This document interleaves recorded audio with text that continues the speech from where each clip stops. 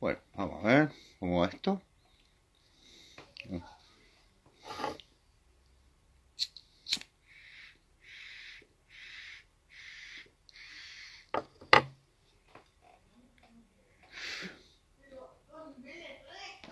Buenas tardes a todos, ¿cómo les va?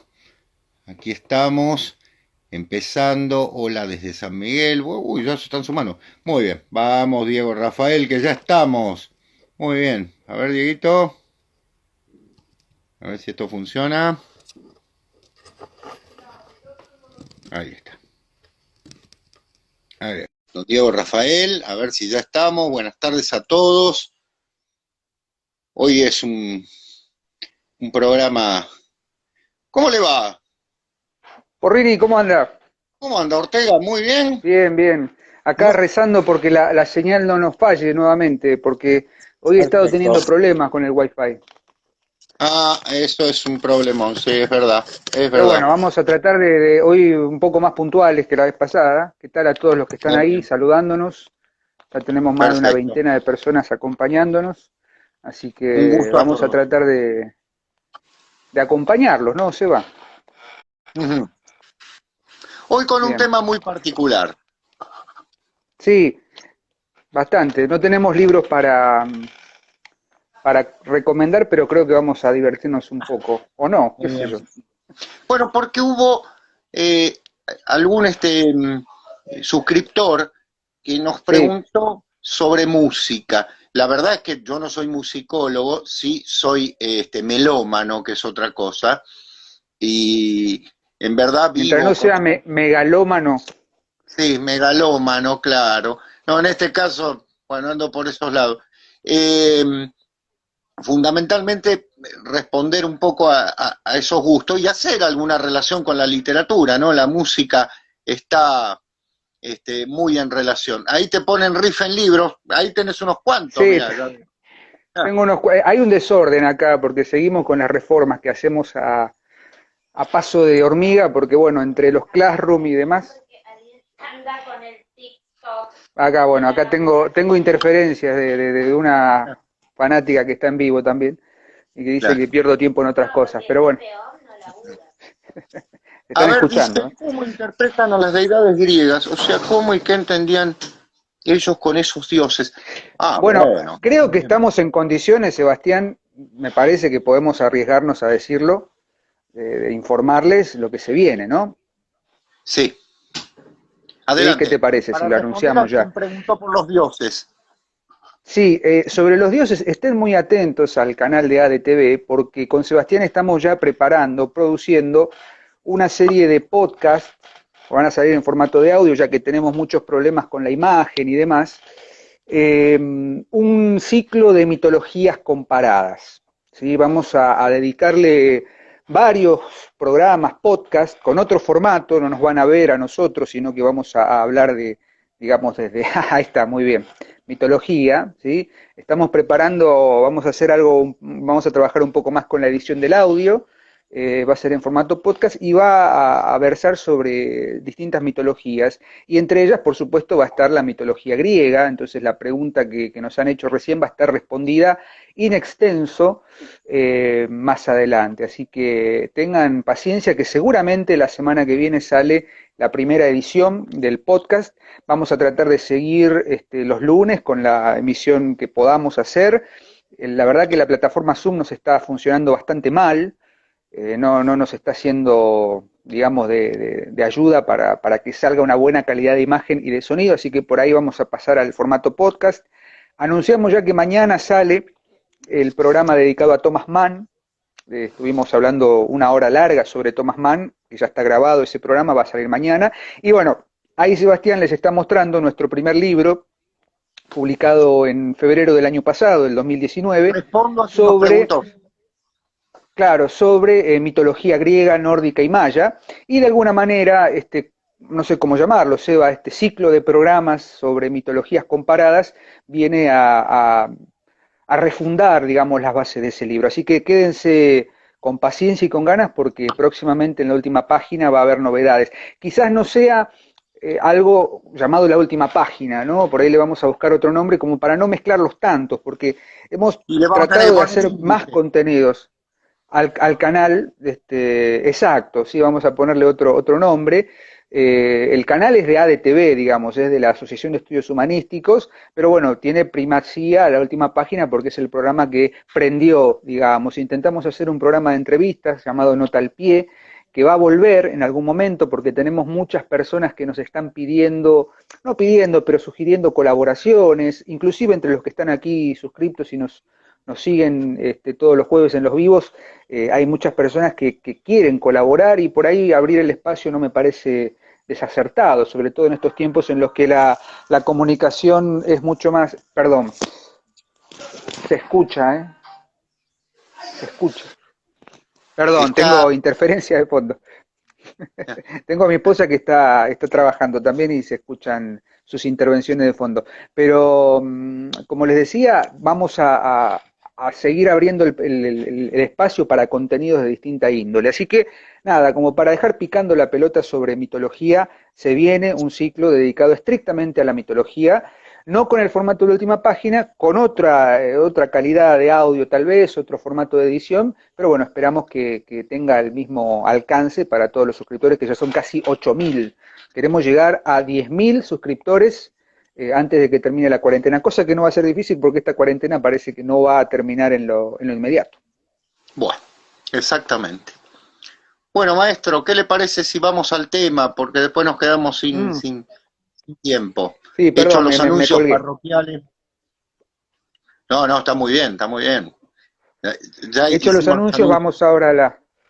Sí, hay mucha gente acá saludando, saludamos a todos los que están acá. Y bueno, la idea era hacer un intercambio sobre la música que amamos. Me gustó el título que pusiste para el programa de hoy, para el programa, digo, para el vivo de hoy, sobre todo porque vemos que hay como un interés por saber cuáles son, no sé si nuestros gustos musicales, no sé si a mucha gente le importará, pero sí reconocer que gran parte de la mirada que tenemos sobre la música está muy emparentada con nuestra mirada sobre otras manifestaciones artísticas o estéticas, ¿no?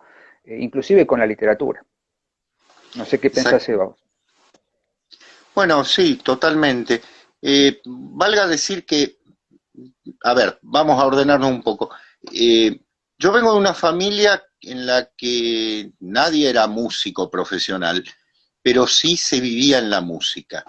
Y como en mi casa vivían tres generaciones a la vez, me eduqué primero en el tango de mis abuelos, que se ponían los famosos vinilos de tango. Bueno, en esa época era todo vinilo, de tango.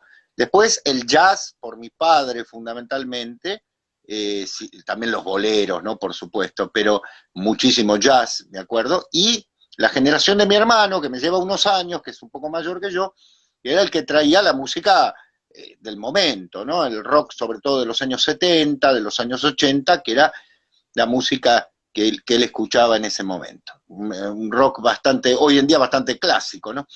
Y siempre tuve esa atracción por la música tan grande que en algún momento pensé en estudiar música porque realmente me encanta, pero un día, cuando era muy pequeño, pasaron por televisión, los que tienen más edad por ahí se acuerdan, pasaron por televisión que salía un cassette en esa época de clásicos enganchados. Y a mí me gustó la música con la que presentaban la publicidad. Y bueno, me lo regalaron el cassette y ese fue mi primer cassette personal de música. Yo era un chico y estaba escuchando esos clásicos enganchados, entonces a partir de ellos quise saber qué eran, porque venía la lista. Y el primer disco que compré, o sea, el primer cassette que compré de música clásica fue la Sinfonía número 40 y la Sinfonía número 41 de Mozart, que hasta hace un tiempo lo tenía, ya después se destruyó, y así fui abriéndome camino por la música clásica hasta que la locura me prendió de manera tal que me hice un operófilo, digamos, de alguna manera, ¿no? Un amante de la ópera, que me acompaña muchísimo. Pero sigo siendo un amante de la música clásica, del jazz, tengo momentos en los cuales lo necesito y debo aclarar que soy un amante del tango, ¿no? Por supuesto, hay momentos en los que ando cantando tangos por el fondo de mi casa, que bueno, es el único lugar donde puedo cantar, ¿no? Ya. Sí, en ese sentido yo debo confesar que en un momento, mi primer auto que tuve allá por el 2009 tenía pasacassette. Este era un Fiat Regata modelo 88 que me acompañó bastante. Y heredé los cassettes de Porrini, de música clásica, una caja Ujú. llena de cassettes, entre ellos estaba Mozart, Rachmaninoff, Beethoven, al de Rachmaninoff lo gasté, la sinfonía número, perdón, el concierto para piano y la orquesta número 2 de Rachmaninoff lo destruí en el auto, digamos, de tanto escucharlo.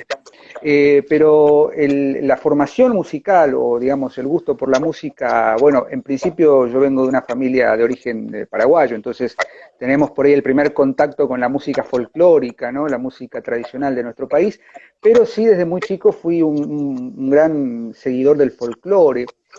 Argentino, ¿no? De la música folclórica argentina, estudié folclore, baile, danzas folclóricas, y después, bueno, vino en mi caso, sí estudié música formalmente, unos 2 o 3 años con un profesor de piano, de teclado, y aprendí a tocar la guitarra, aprendí a tocar algunos rudimentos con la flauta, y siempre me pareció muy interesante la posibilidad de tomar un instrumento relativamente accesible y tratar de sacarle algunas notas, conociendo ya los principios básicos de la escala armónica y demás, o sea, aplicar los conocimientos formales de música a la ejecución, al estudio y ejecución de distintos instrumentos. Entonces, eh, digamos que la música siempre no nos acompañó en ese sentido. Y obviamente, respondiendo a una pregunta que anda dando vueltas por ahí entre los suscriptores o los que están viendo este vivo, hay una relación directa de nuestra experiencia musical con la literatura, por supuesto, sobre todo con la poesía.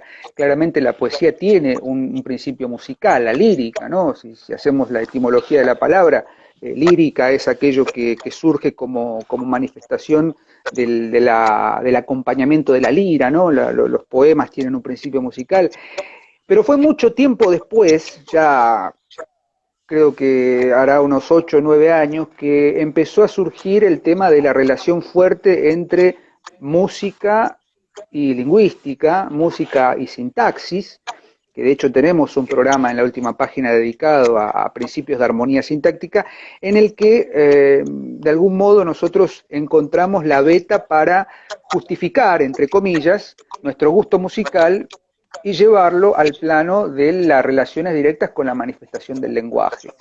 Y si uno empieza a indagar digamos, nuestra biografía musical, tenemos claramente algunas referencias a la literatura y a la música. Sebastián, recién decías que eras operófilo y calculo que vamos a coincidir en un nombre, que es Giacomo Puccini.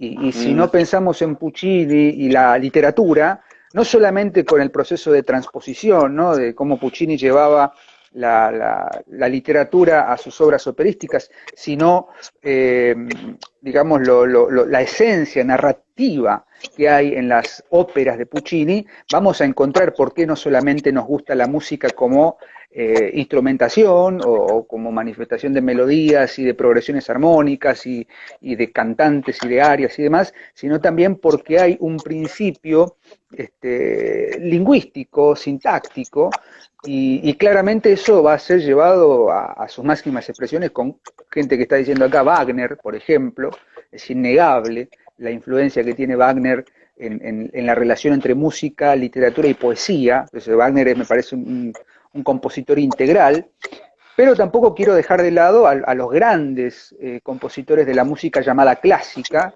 de la música orquestal, como Beethoven, como Mozart. Bueno, ahí tenés la tetralogía del anillo. Bueno, ahí está la última parte, el ocaso de los dioses, de Wagner, que hemos escuchado largamente, me acuerdo, en las sesiones de desayuno de los jueves. ¿Te acordás, Sebastián, que escuchábamos la versión de Karajan y después nos hicimos fanáticos de la versión de George Solti? ujú. Sí, señor. Sí, señor. Exactamente. Cuando escucho mucho rato a Wagner me dan ganas de invadir Polonia, dice uno. Bueno, Es buena esa, es buena, pero vamos a reservarnos, no queremos caer en ese tipo de interpretaciones. Digo, Wagner, salvando sus intereses por ahí mal leídos políticamente, tiene una grandeza que lo excede. sin duda, sin duda. Yo tengo experiencias muy, muy interesantes cuando era muy chico, tendría 17, 18 años, iba a Teatro Colón, en algo que no sé si todavía existe, que es el abono estudiantil. El abono estudiantil era un abono que uno pagaba bastante barato, era la entrada, y tenías derecho a ver una ópera, un ballet y un concierto sinfónico. Eran tres días, ¿no es cierto?, diferentes.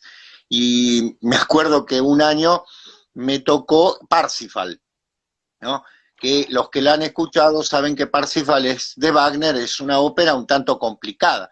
Así que me pasé 6 horas parado en el paraíso del Teatro Colón, escuchando el Parsifal, y llegó un momento en que yo tenía la intención de casi prender fuego el teatro, porque entre el lamento de Anfortas, claro, el lamento de Anfortas y las escenas de absolutamente inamovibles del acto tercero, llegó un momento en que ya que creo que quería prender fuego todo, pero creo que fue un acercamiento a una música que después, con el tiempo, comprendí que era impresionante, y si bien sigo siendo afecto a otros grandes músicos, Wagner siempre me acompaña, ¿no?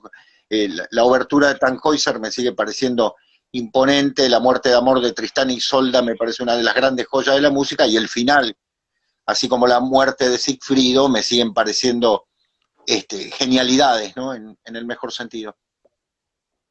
Y la obertura de los maestros cantores de Nuremberg también. Sí. El holandés errante me parece una. El Ah, holandés errante de Wagner me parece una cosa bellísima, estéticamente, musicalmente. la vi también. Wagner también fue uno de los impulsores del leitmotiv tan famoso, ¿no? Que después tiene, obviamente que tiene mucha relación con la poesía, ¿no? El famoso ritornello, ¿no? El verso en ritornello, como que vuelve hacia el mismo. No es otra cosa que la transposición, digamos, del, del concepto del leitmotiv de Wagner, ¿no? Porque ahí tenemos esta idea de que, por ejemplo, en el final del Götterdämmerung, del ocaso de los dioses, en la tetralogía del anillo, tenemos todos los, ¿cómo se dice? Los principios Los temas. melódicos, los temas, no, los compases melódicos de toda la obra. O sea, es imposible entender Wagner eh, sin entender que hay una recopilación, un ritornello, ¿no? Un raconto de todos sus principios anteriores. Y eso demuestra que hay una mirada integral del hecho estético, no Sí. solamente como elementos aislados. Después, claro, uno ama o se engancha más con ciertas partes o ciertas piezas que recuerda. La famosa cabalgata de las Valquirias, por ahí es lo que más popularmente se tiene de Wagner, ¿no? Con las Valquirias cabalgando y las versiones que se han hecho. La música también, y esto es algo que me permito decir, Seba, con un poco más de profundidad, tiene un elemento que es interesante y que permite entender el concepto de creación estética. Sobre todo pasa con la música clásica, que a mí me ha sido motivo de muchas reflexiones, ¿no? Uno tiene las partituras, quienes saben leer partituras lo deben entender, y se encuentra con una notación musical, en algunos casos, en la mayoría de ellos, con las marcas y las referencias del compositor, ¿no? Esta pieza debe tocarse piano, esta de andante, andantino, qué sé yo, qué sé cuánto. Pero pasa que hay compositores, como Bach, por ejemplo, que no dejan esas referencias, y ahí es donde ingresa, creo yo, dos elementos fundamentales en la música, que son la lectura que hace el director de la orquesta, por ejemplo, y la lectura que hace el intérprete, ¿no?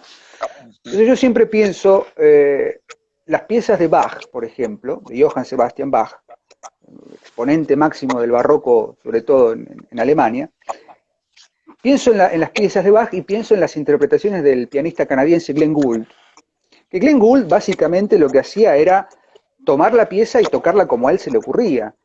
Si uno escucha, qué sé yo, la tocata y fuga X de Bach, interpretada por Glenn Gould, y la compara con otras, con Richter, por ejemplo, con las piezas de Karl Richter, que es otro gran intérprete de Bach, intérprete y director de las obras de Bach, se encuentra con que Gould siente la pieza de otra manera, y por ahí cambia el ritmo, lo hace con Bach, lo hace con Beethoven, lo hace con Mozart, y bueno, ahí es donde uno dice la universalidad de la música. No es solamente, digo, porque parece que estamos en un tono academicista, que la música clásica. No, hay cosas muy interesantes, muy divertidas y hasta anécdotas muy graciosas dentro de la música clásica, ¿no? Y se pueden divertir muchísimo con la llamada música clásica, que es lo que nos pasa a nosotros. O sea, con ejemplo máximo de esto, Lelutier. Lelutier me Claro, parece que es la magnificación de eso, de que la música académica tiene que desestructurarse un poco y se pueden hacer cosas muy interesantes sin duda. con los mash-ups, como se dicen ahora, ya vienen de otras épocas, las variantes de Goldberg o las variaciones de la sonatina de Diabelli, de Beethoven, que son juegos musicales. Mozart, digo, hay cosas muy divertidas, muy interesantes y que todas tienen un principio común, que es esto de entender, me pongo un poco en la teoría literaria, ¿no? Entender que la obra no está aislada de la interpretación o de la lectura de quienes acceden a ella. Digo, hay mucha potencia en esa obra y lo que nos emociona o lo que nos mueve o lo que nos genera algún tipo de recuerdo, evocación estética, es alguna interpretación en algún momento particular de nuestra vida y demás. Y me parece que en ese sentido la música y la literatura tienen una relación indisoluble, ¿no? Porque la literatura también es eso, la literatura también es la evocación de una emoción o de un momento de lectura. Bueno, me estoy yendo un poco de tema y estoy monopolizando, Seba, no quiero No, ser está egoísta. perfecto. Pero Al digo, contrario, pensamos un poco la música en ese sentido. exactamente. Yo te escuchaba porque a mi mente venían las imágenes de las distintas interpretaciones, ¿no?, que uno ha valorado. ¿Te acordás que hace un tiempo compartíamos una novena sinfonía de Beethoven que escuchábamos la versión de, por ejemplo, del genial eh, Bernstein, Bernstein, exacto, que es una versión dionisíaca, digamos así, y la versión de Karajan, que es la Polinia, por decirlo de alguna manera, y en el medio escuchamos la versión que hizo la Dudamel con no me acuerdo qué orquesta, que realmente me pareció un mamarracho, ¿no? Voy a decirlo así directamente. Y uno dice, es la misma obra, pero en realidad haberle cambiado el tempo a una obra que tiene una característica tan notable, sobre todo el final de la novena sinfonía, me pareció un atentado a la belleza. Realmente hay casos, sobre todo porque eso pasa mucho en la ópera.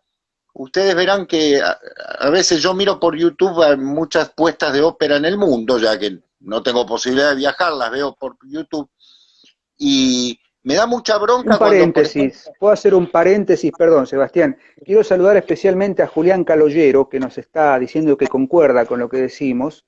Gran pianista, Julián Caloyero, yo lo sigo en Instagram y creo que es autoridad para darnos algunas correcciones si nos equivocamos. No somos amateurs en ese sentido. Perdón, quería hacer esa aclaración con respecto a Julián que nos está viendo en este momento. yo tengo trabado los mensajes, no sé qué pasa, no me llegan, pero ahora Mm. ahí parece que se activó. Pero realmente valga decir que en muchos casos, viendo fundamentalmente ciertas versiones de óperas, ¿no?, como se hacen en Europa, me da mucha bronca, lo voy a decir así directamente, el hecho de que uno va a ver con un gran esfuerzo una ópera clásica, pongo por caso Wagner, ¿no?, por ejemplo, y hacen una versión en la que la ubican, no sé, en los años 60. Me parece un insulto. Realmente que la mitología nórdica esté ubicada en el medio de una huelga general, como vio un Tannhäuser realmente, me parece un insulto. Yo espero que salgan con los cuernos, que salgan con todas esas cosas, porque es realmente lo que corresponde. Es lo mismo que, Con la Balmung afilada. claro, la Balmung termina siendo una Kalashnikov, es un espanto. Entonces, me parece que es interesante el respeto por la obra, sobre todo porque hay público que no podemos ir siempre a la ópera, yo hace muchos años que no voy, y facilitar esto es respetar la obra tal cual el autor la pensó, al menos no es el capricho personal, ¿no? No, en ese sentido voy a hacer una relación con Shakespeare, que acá están citando, por ejemplo, a Coriolano, de Beethoven, Sí, sí. y bueno, obviamente Coriolano tomado de Shakespeare. Eh, Pasa lo mismo con las obras de Shakespeare. Uno, así, digamos, está presente, digamos, en las interpretaciones, gran palabra a la que hay que tomar con pinzas, ¿no? Interpretar la obra. Yo antes decía el intérprete, bueno, el músico, el pianista o quien lee hermenéuticamente la obra, no es lo mismo que el, digamos, interpretante. La interpretación a veces puede llevarnos qué sé yo, como vos decís, poner a Tannhäuser en una huelga general, cuando el aura, tomando el concepto de Benjamin de la obra, es otra. Esto da para discutir muchísimo, seguramente, y obviamente puede haber mucha gente que no esté de acuerdo, y bienvenido sea, pero nosotros consideramos o tenemos una mirada, no quiero decir conservadurista, pero sí atendiendo a la esencia de la obra, y me parece que quitarle esa aura, esa esencia, le quita valor a la obra y la ubica digamos, se opera coyunturalmente con la obra y pierde el valor estético que tiene originalmente, ¿no? Pasa Totalmente. con Shakespeare, pasa con, bueno, las versiones de la ópera, tampoco digo que tiene que ser porque el tiempo ha cambiado. Obviamente que si uno ve una interpretación de Sir John Gielgud y la compara con las interpretaciones de, no sé, Kenneth Branagh o de Benedict Cumberbatch, que son los, digamos, sobre todo el último, o David Fassbender, que son actores ingleses del momento, obviamente que hay entonaciones, impostaciones de la voz, mismo Laurence Olivier, qué sé yo, ha pasado el tiempo, hay que ayornar, como se dice, cierto lenguaje. En Shakespeare por ahí es mucho más visible, pero con la música me parece que hay otros elementos, sobre todo porque lo que nos llega como material musical, a quienes no leemos las partituras completas, son las interpretaciones, sobre todo las de la Deutsche Grammophon y demás, que responden obviamente a un principio de interpretación del momento. En tanto y en cuanto podamos mantener ciertos principios, ciertos momentos esenciales de cada obra, me parece que vamos a apreciar mucho mejor la totalidad y profundidad de esa obra. Siempre sugiero y recuerdo, hay un video en YouTube que lo pueden encontrar fácilmente, creo que es la Cuarta Sinfonía de Schumann, en la que Karajan está ensayando con los músicos y se toma 25 minutos para corregir la entrada de los violines porque no le convence, porque hay algo, dice él, y toma verá que no sé si la tengo a mano. Sí, parame un segundito. Bueno, mientras tanto continúo yo. Este, No puede faltar, no puede faltar la batuta. batuta, La batuta. exactamente. Karajan inclusive toma la batuta y le dice cómo tienen que, digamos, ejecutar a los músicos de la Orquesta Filarmónica de Viena, ¿no? Este, pero se toma 25 minutos porque no encuentra en el modo que tienen esos músicos de interpretar la obra lo que él entiende de la obra de Schumann. Bueno, Y eso me parece valiosísimo en ese sentido, porque es respetar, como vos decís, el valor esencial de la obra musical. Pasa lo mismo con la obra literaria, ¿no? E insisto, no es una cuestión de conservadurismo estético, es una cuestión de entender la obra en su totalidad y en su profundidad y entender que surge con determinado énfasis, que tiene determinado objetivo y que hay detrás un proyecto estético que se está poniendo en juego. por otra parte, Diego, qué contradictoria nuestra época, ya que se habla tanto del contexto, ¿no? Y se insiste tanto con esto del contexto, y sin embargo se descontextualiza las obras constantemente. ¿Qué quiero decir? Que realmente si Shakespeare pensó, o Wagner pensó, o Verdi pensaron en una obra que se ubica en el siglo XV, en el siglo XII, o en el caso de Verdi en el siglo XIX o demás, bueno, respetemos el momento. Recién decía un oyente, no llegué a ver el nombre, discúlpenme, porque está trabado el caso de la Traviata, claro, está pensado, es una obra que está ubicada hacia 1840, y de pronto que aparezca Violeta Valerí la protagonista vestida con jeans y zapatillas, me parece un insulto a la humanidad. Está pensado para un momento de cierta clase burguesa, acomodada, que vive en Francia, y esa es la idea. No la puedo trasladar de cualquier manera. Es una mm, es verdad que vos decías la idea de lo conservador y demás, pero en este caso, conservar puede resultar interesante en tanto respetamos la idea de la obra. Lo mismo pasa con ciertos clásicos griegos, ¿no? Qué sé yo, llevar, no sé, la Ifigenia y convertirla en una acción del siglo XX, bueno, escribí una Ifigenia ubicada en el siglo XX, pero la que escribió aquí, perdón, Eurípides, pongámosla en el momento en el que corresponde, o tratemos de al menos parecerlo, sobre todo con obras que están escritas en los últimos, me atrevo a decir, 500 años, que tenemos muchos datos. No es como el mm. caso del teatro clásico griego, que tenemos muy pocos datos. A mí me ha pasado de ir a ver ciertas obras en las que estoy haciendo un esfuerzo realmente para poder llegar y espero ese momento y me encuentro con una puesta en escena que tiraron 4 trapos y 3 latas y me parece un insulto, ¿no? Que una obra que está pensada con una preparación, un decorado muy particular caiga en eso, ¿no? Mm. No estoy diciendo que para tocar Sí, baja hay que poner una peluca. es muy interesante. Acá tenemos un intercambio muy interesante los que nos están viendo y perdonen que Yo no los veo, Diego. no tenemos, no, yo los veo, pero bueno, pasan de largo, pasan muy rápido, sepan disculpar. Han hablado de Jaime Altozano, que me parece un youtuber muy centrado y Sí, muy interesante para entender justamente. Vean los 4 acordes de Mozart llevados a la canción a una pieza de reggaetón de Daddy Yankee en el que Altozano logra transponer, digamos, por qué 4 acordes de una serie de compases de Mozart todavía siguen vivos aún en el reggaetón. Es porque hay ciertos elementos que subsisten allende los tiempos musicales, ¿no? Más allá de los tiempos musicales.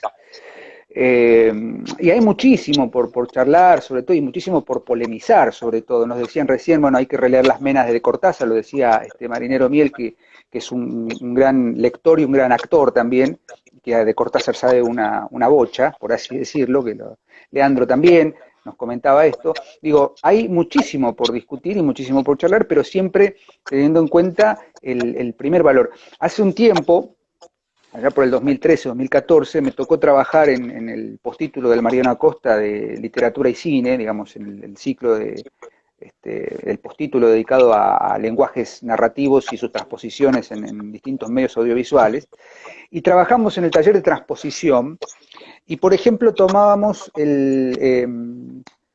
corregime Seba, cuadros de una exposición de Mussorgsky, sí. ¿sí? Cuadros de una exposición de Mussorgsky es una gran pieza para piano, compuesta por Mussorgsky, que fue transcripta para orquesta por Ravel, por Maurice Ravel. Y si uno realmente, y acá viene la paradoja, ¿no? El original es infiel a la traducción, como dice Borges en el Batec de Beckford.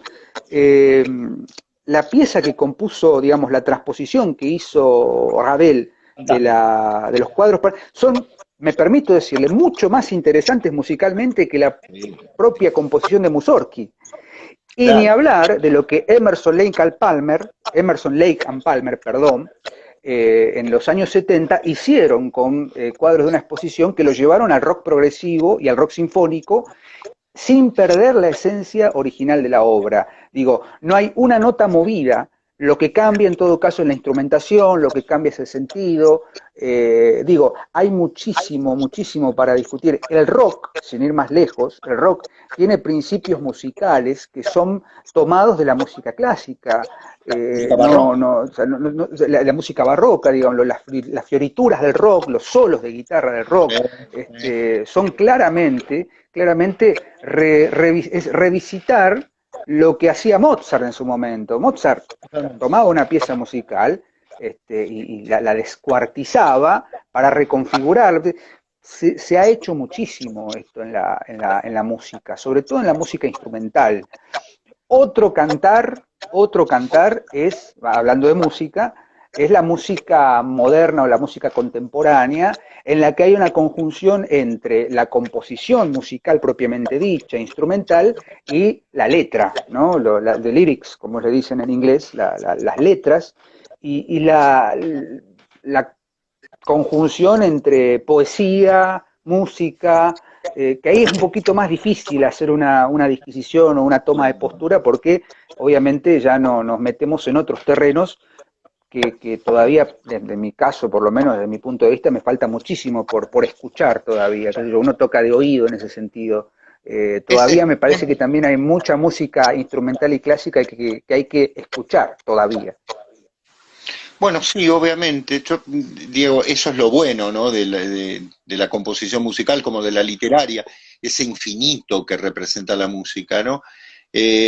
Por otra parte, pensar también que los músicos de los que estamos hablando, recién citaban a Queen, cosa que quiero recordar también, que es maravilloso, ¿no? Por otra parte, son músicos que están preparados en una tradición enorme. Voy a poner dos ejemplos para que se vea bien notablemente, ¿no? Por ejemplo, las cuatro estaciones de Vivaldi no son simplemente cuatro estaciones que están compuestas con alegría la primavera, con tristeza el invierno y se terminó, sino que es una lectura musical de las églogas de Virgilio. O sea, Vivaldi sabía perfectamente, conocía perfectamente la tradición clásica, de hecho en sus anotaciones está esto, y las relaciones con, por ejemplo, la pintura de Botticelli, no solo la primavera, sino todo lo que hace al trabajo de lo botticelliano, y las relaciones fundamentales con cierta música hermética previa a él, ¿no? Porque Vivaldi, el famoso fraile rojo, tenía toda una formación muy particular. Y por otra parte, tener en cuenta, si nos vamos a nuestra música, ¿no? A la música de Buenos Aires, a la más representativa, uno observa en los tangos instrumentales, yo ahora tengo en mente, por ejemplo, me vienen tres tangos instrumentales que me parecen tres himnos, ¿no? Que son Danzarín, de Julián Piana, bien digo, iba a decir Plaza, Julián Piana, Negracha, de el gran Osvaldo Pugliese, y el caso de Bahía Blanca, de don Carlos Di Sarli, que son tres piezas que yo los invito, son 3 minutos cada una, les invito a escuchar, vayan a YouTube y escúchenla, sobre todo en la versión, por supuesto, de Pugliese, en la versión de Pichuco, y el caso de la de Di Sarli por el mismo Di Sarli, van a escuchar ustedes que es de una perfección sinfónica impresionante, respetando el ritmo del tango, el 2x4 perfecto. No tienen letra, son exclusivamente textos de carácter musical, que son perfectamente compatibles con una obra de perfección como las cuatro estaciones de Vivaldi, y que están inmersas en una lectura que es la de la música armónica, una música armónica que tiende justamente hacia un perfeccionamiento, no hacia la disonancia, sino hacia el perfeccionamiento. Y ya que me dan pie, por supuesto, uno escucha los grandes temas de Queen, del gran conjunto, del gran Freddie Mercury, que tenía una voz increíble, y realmente puedo decir que Queen está perfectamente al nivel de Mozart, ¿no es cierto? Poniéndose en la época. Pero, a ver, vamos a caer en el lugar clásico, Bohemian Rhapsody, ¿no? Claro, toda la cuestión operística, ¿no? Del Galileo, pero escuchen Love of My Life, la versión de Love of My Life, Uh-huh. la versión original, digamos que es la grabación original, no la versión en vivo, que también tiene una maestría guitarrística de Brian May. Pero en Love of My Life hay un momento en un puente en el que toca Freddie Mercury el piano y por momentos es una pieza de Bach. Las variaciones que Exacto. hace Mercury, decía Leandro y recién que tiene una formación clásica Freddie Mercury, por supuesto, los Beatles, la gran innovación de los Beatles es incorporar instrumentos que en el rock no estaban contemplados. In My Life, la pieza In My Life, que es breve, tiene un solo de clavicordio, obviamente es un sintetizador, supongo, tiene una composición, o digamos, por así decirlo, una formación musical clásica imponente.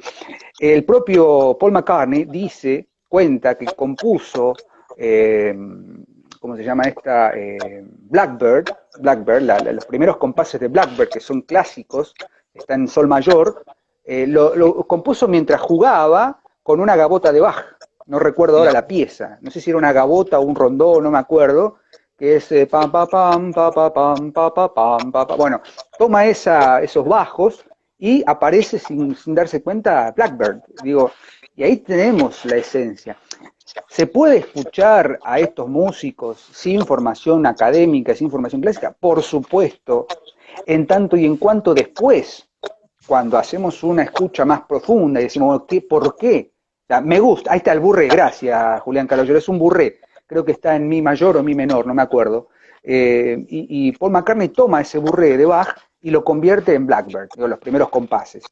Es una de las primeras piezas que uno aprende a tocar en la guitarra cuando más o menos avanza en la digitación, empieza a tocar Blackbird, porque son acordes muy sencillos y con una digitación bastante accesible, pero digo, ¿tiene que haber una base accesible para todo público? Sí, por supuesto. No olviden que los grandes músicos componían no solamente para la corte, sino también piezas ligeras para todo público. Escuchen las polcas de la familia Strauss, por ejemplo, ¿no? Son polcas alegres, divertidas, para bailar. Se me viene a la mente la escena de la película La Amada Inmortal, de Gary Oldman interpretando a Beethoven, en la que su secretario lo va a visitar, se conocen por primera vez y le pregunta, Beethoven ya estaba sordo y está escuchando el ensayo de la sonata Kreutzer, y le pregunta Beethoven a este secretario, cuyo apellido no recuerdo ahora, y le dice, ¿qué le genera esta pieza? Y le dice, exalta el alma. Y Beethoven le dice, bueno, la música no solamente es eso, dice, si usted escucha un vals, baila, si escucha una marcha, marcha, y si escucha esto, ¿qué escucha? ¿No? Sobre la sonata Kreutzer. Y ahí le cuenta la supuesta anécdota de cómo compuso Beethoven, que bueno, está en el plano de la ficción, pero tiene que ver con esto, ¿no? Es decir, uno escucha un vals, el vals es para bailar. Después vendrá, ¿sí?, la profundidad de ver cuál es la esencia, cuál es el principio constructivo de esa pieza. Sin duda, sin duda. Por otra parte, tener en cuenta que lo popular se empieza a considerar como tal desde la concepción intelectualista del siglo XVIII. Es decir, Bach, la música de Bach está basada en muchísimos casos en melodías populares, en danzas populares. ¿Qué son? La burrée, la sarabande, son danzas populares. Es decir, hacer la diferencia entre música popular y música académica es algo que nos viene desde la concepción de ciertos intelectuales. Que por otra parte, a mí me parece muy injusto, porque yo acá pongo en duda lo siguiente. Si yo digo que Danzarín, que es un tango, como decía, de Julián Piana, es una obra exquisita, la pongo al mismo nivel. ¿Por qué? Porque simplemente son obras que tienen una perfección dentro del ámbito al que corresponden, con un enriquecimiento armónico, melódico y rítmico notable. Por otra parte, alguien está diciendo lo de Shakespeare. Es verdad, Shakespeare también era un autor popular. Es decir, no quiero decir que específicamente la marcha turca, muy bien, ahí me dan el ejemplo. La marcha turca es un ritmo absolutamente popular de la época, eran propio de los movimientos militares, de las marchas militares que había, como la de Schubert. Es decir, se tomaban, estaba en constante relación. Aquí viene algo que ya que sirve el caso decirlo. Por ejemplo, nosotros consideramos intelectuales a cierto tipo de escritores y populares a otro. Yo me pregunto una cosa, entre Roberto Art y la novela publicada por un profesor de teoría literaria de la UBA, ¿cuál es la que va a quedar? Es decir, ¿dónde está el quedar en el buen sentido, me refiero, porque ha trascendido, ¿no? Es decir, ojo con eso, no se trata de las polonesas de Chopin, exactamente. No se trata de decir, lo popular no es lo chabacano. Lo popular en No, muchos casos es una tradición que se mantiene. ¿Quién diría que el buen folclore no es popular? Y hay cosas buenísimas, y hay porquería, por supuesto. No estoy diciendo que cualquier cosa sea compatible, pero sí es compatible un tango tocado por Pichuco que una buena sonata de Mozart, por supuesto que es compatible, y lo pero discuto de aquí hasta el fin totalmente, del mundo. estoy totalmente de acuerdo. Es decir, recién decía Leandro Fraceta, grave error bajarle el precio a lo popular. Siempre que entendamos lo popular como lo acaba de exponer Sebastián, no lo popular como lo chabacano. Digo, Shakespeare en Hamlet tiene el monólogo en el acto tercero en la escena 3 del acto tercero de Hamlet, el ser o no ser, que es una pieza que va a seguir generando análisis literario, filosófico y todo eso, y de pronto también tiene la escena de los rústicos, como le dicen las traducciones, que realmente son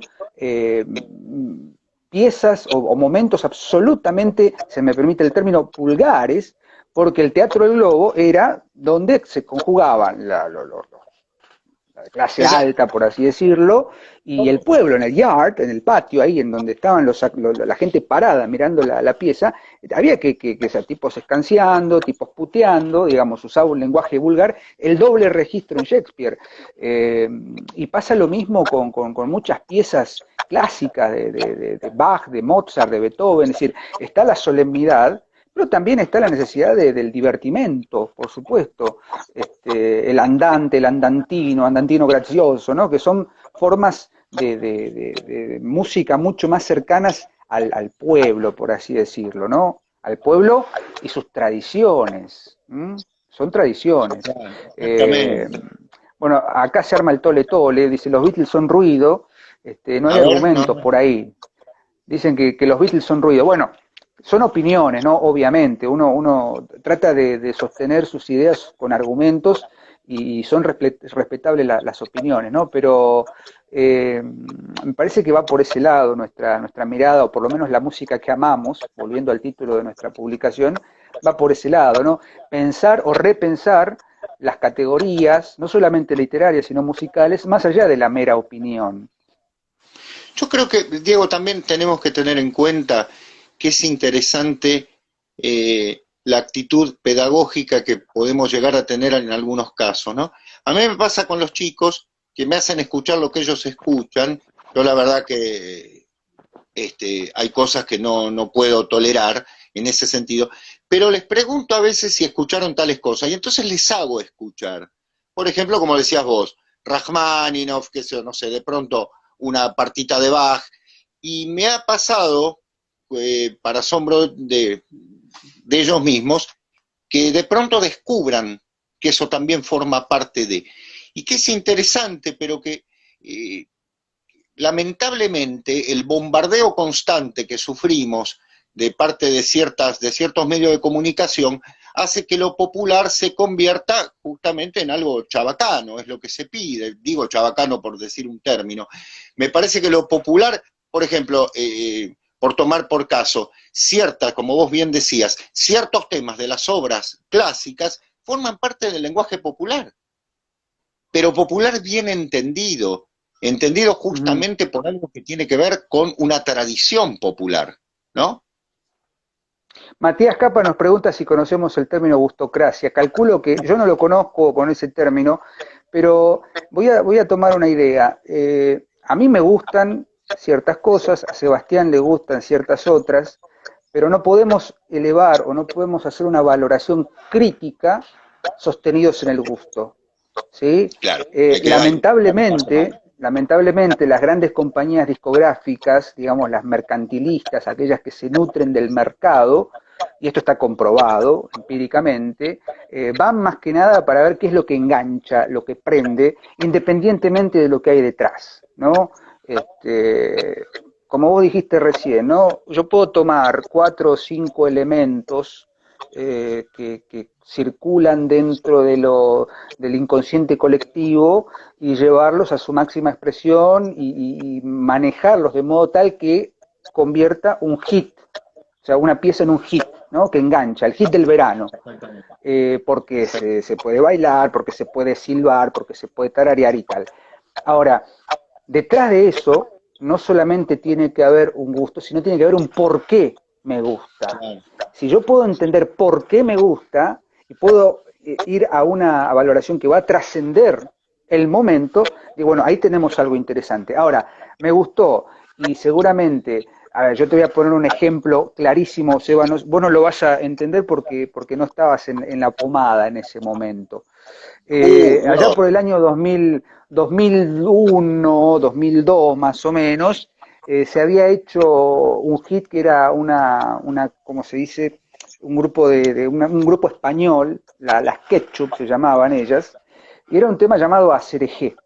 Acerejé era Ah, una sí. canción que se bailaba en todas las discotecas y en todos los cumpleaños de 15 a los que yo iba en ese momento. Y hoy uno escucha Cereje y digo, bueno, quizás sobrevivió en el tiempo, no lo sé, porque tenía todos los ingredientes del momento, como las grandes piezas del momento. Ojo, no estoy diciendo que el gusto no sea valor suficiente para apreciar una obra, ojo, no digo eso, pero me parece que más allá del gusto debería haber una apreciación y una mirada estética, y la mirada estética tiene que ver con lo que perdura en el tiempo. Claro. Recién decían ahí que tendríamos que deconstruir el término populum. Populum es el que habita en la tradición, por así decirlo, el que revitaliza la tradición. Lean Bakhtin, la cultura popular en la Edad Media, en la obra de Rabelais, De ¿no? Rabelais. De Rabelais. Y ahí van a entender muchísimos conceptos a los que estamos relacionando esta idea. El carnaval, la idea de carnavalización del lenguaje, parte de una tradición absolutamente popular, pero no porque en el carnaval vale todo, como se suele ver, carne vale, no, porque ahí se está operando justamente con un concepto mítico, que es como vos decís siempre, se va el carrus navalis, en el que viene Dionisos, en el que todo se subvierte, y hay un orden que se subvierte, digo, lo popular no solamente es para todos, para todo público, Nakan Pop, como se solía peyorativamente criticar a cierto momento de nuestra cultura reciente. Me parece que hay una necesidad, sí, de revitalizar el término popular, siempre y cuando entendamos que las tradiciones populares son las que perduran en el tiempo y por eso tienen una raigambre profundamente tradicional. Exactamente. Y teniendo en cuenta que, bueno, hay obras que parece que nacen específicamente, lo decía recién un oyente, parece que nacen específicamente para ser leídas por cuatro, ¿no? Si nos referimos Uh a -huh. obras literarias. Son autorreferenciales, tienen poca experiencia desde el punto de vista de lo humano, están hechas para demostrar una teoría literaria elaborada por dos amigos. Bueno, perfecto. Obviamente, esa obra, ya lo digo absolutamente así con la democracia que me caracteriza, eh, obviamente esas obras van a quedar en los anaqueles de los dos amigos que lo leyeron. Pero si uno toma Rabelais y se da cuenta todo el sustrato alquímico, metafísico, teológico, filosófico y popular que hay, se da cuenta de que no hay una diferencia entre lo popular y lo aristocrático, porque popular y aristocrático estaban en consonancia. Vuelvo a decirles, vuelvo a Bien. repetirlo, el término popular peyorativamente nace con los señores de peluquita del siglo XVIII que les molestaban que los campesinos cantasen canciones populares, y esas canciones populares eran más tradicionales y eran la base de la música de Bach, no lo olvidemos. Mm. Lo mismo que Pero Mozart, me los estás dando, divertimentos de Mozart están basados en ese concepto. nos das el pie, Seba, para hablar de Orff, Karl Orff. Claro, Karl Orff. ¿Qué es Eh, Carmina Burana? ¿Qué es eh, Carmina Burana? Canciones Carmina populares de Burana, taberna. ahora, ¿qué hace Orff con eso? Lo lleva a un plano tremendo que hoy, el Carmina Burana, sobre todo el primer movimiento, creo que es dame el nombre, Seba, porque no me acuerdo ahora, la famosa Huelut Luna. esa, esa, claro, que ha servido como musicalización de escenas épicas y demás, y uno dice, qué elevado esto. Y O si uno Fortuna, lee Fortuna. en la oh Fortuna, ahí está, oh Fortuna de Karl Orff, y uno lee los versos originales, los cárminas originales, Carminae, en todo caso, se va a dar cuenta que son poemas de taberna, donde Sí, los son de monjes taberna. iban a chupar y tocar ciertas partes de la vecina, como decís vos siempre, y llevados a Claro, la música clásica. como tenía. El cancán de Offenbach, que se ha hecho popular en las películas de los westerns, o las transposiciones de los westerns, como que cantan las bailarinas francesas y muestran el culo y demás cosas, perdón por la palabra bailarinas, Offenbach, el cancán de Offenbach, está sostenida en la pieza Orfeo en los infiernos. Que si no Sí, entendemos lo que es mitología, nos quedamos afuera, pero es una obra que es accesible. Me parece que esa es la grandiosidad de Offenbach en ese bien, sentido, como, bien. El primer como nivel. Orff y como muchos otros. El primer nivel. Ahora, la profundidad nos lleva a, sí, de construir una cantidad de términos a los que por ahí estamos acostumbrados. Seguimos con el tango. Está el chiste famoso, ¿no? Dice, vendo piano de Piazzolla, pero con todas las teclas graves totalmente arruinadas, ¿no? Porque la mano izquierda de Pugliese era una cosa imposible, porque está operando con los bajos, ¿no? Con los Claro, bajos. exacto, exacto. Y Y bueno, eso es justamente música. Ahí hay principio musical. ahí hay principio musical. Bueno, Diego, estamos llegando a nuestro fin. Creo que quedan muy poquitos minutos. Me encanta que Creo que se nos haya quedan 10 generado esta minutos. polémica. Me encanta que se haya 8 o 10 generado minutos este nos quedan. debate. Ah, Sí, bueno. sí, porque Eh, empezamos con una idea de proponer obras, pero bueno, nos fuimos por otro lado, pero creo que tiene que ver con eso, ¿no? Cuando pensamos no solamente en literatura, sino con la música. sí, sí, sí, es verdad. Eh, yo pensando fundamentalmente en algunas relaciones con aquello que forma parte de la memoria musical, ¿no? Vos recién citabas a Carl Orff. Carl Orff es, de alguna manera, me parece una síntesis, ¿no? Una síntesis de qué? De justamente una tradición popular, cantos populares, ¿no? Acuérdense ustedes que una de las partes empieza, y discúlpenme la voz, empieza así, in taberna, cuando sumus, o sea, cuando estamos en la taberna, ¿no? Tomando y demás, y Orff lleva en esa obra todos los ritmos, obsérvenla bien, hay incluso ironías hacia las melodías de Mozart, de Bach, de Wagner, de Verdi, es decir, está tomando la tradición musical de Occidente, llevándola a un cántico popular que tiene la característica de ser justamente una enorme síntesis.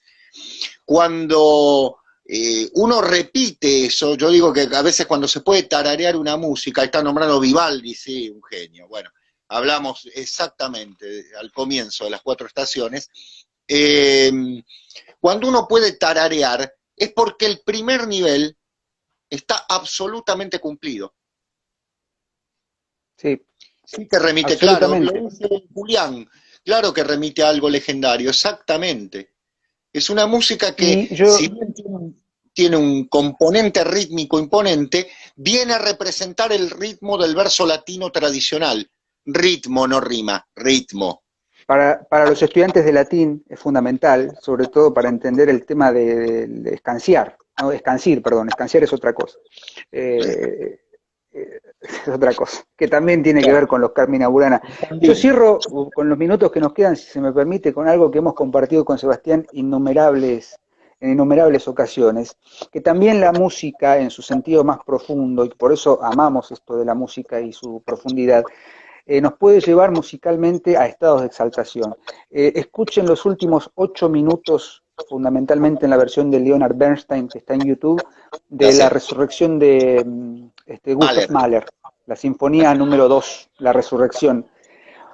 Además de que la música por sí sola es un canto a la resurrección, hecha por un Ujú. judío, por otra parte, o sea, no tiene que ver con una cuestión antisemitista, sino digo, la universalidad de la música, y literalmente la progresión armónica de los últimos compases nos lleva a una elevación de acordes menores acompañadas no solamente por la orquesta, por los violines, sino también por el coro, y la gesticulación de Bernstein nos lleva a esa elevación, no solamente de la progresión armónica hacia tonos más agudos, sino a la idea de que la resurrección es eso, es una elevación. Y musicalmente es una elevación del tono, se va subiendo el tono al punto tal de que el acorde más complejo, más agudo, es muy difícil de cantarlo.